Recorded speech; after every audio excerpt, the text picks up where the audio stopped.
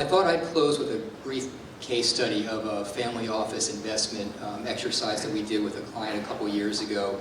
I think it would be relevant to some members of the audience. So we had a family office client, a very large client. They were involved heavily in a distribution network, but had no real experience investing in biotech.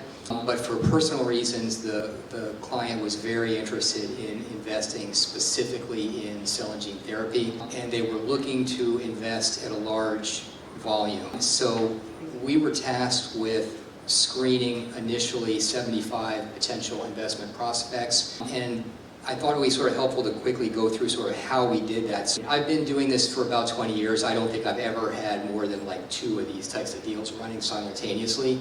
So to have this volume of deals going all at once was highly unusual.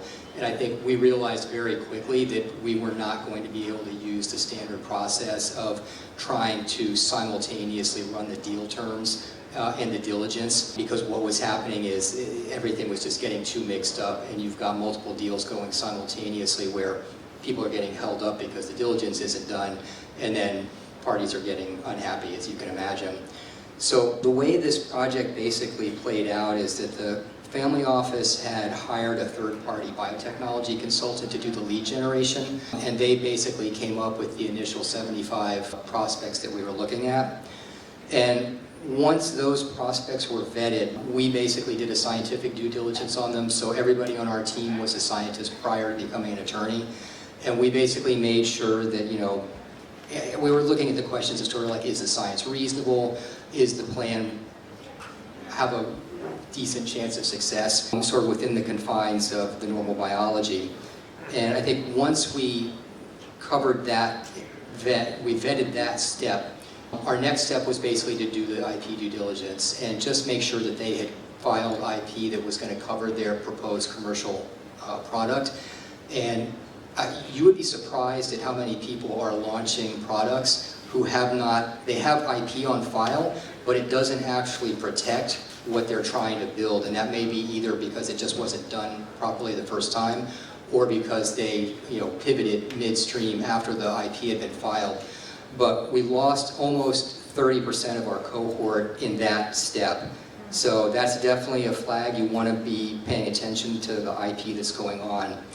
Once we cleared the IP hurdle, we basically did freedom to operate to make sure that there wasn't anybody else out there who had IP that was going to block them or covered some portion of their product. And once we made it through that step, this was important. We then checked for any of the companies that were preclinical or clinical to make sure that everything they had represented in their data room with respect to correspondence with the FDA was on track. And we lost 2 of our cohort because what was represented in the decks was just not consistent with the correspondence that was going on back and forth with the FDA. And we had one situation where we basically had a term sheet that was ready for signature, and there had been an outstanding piece of correspondence from the FDA that hadn't quite landed yet, and it landed the week before, and we checked the FDA site, found it.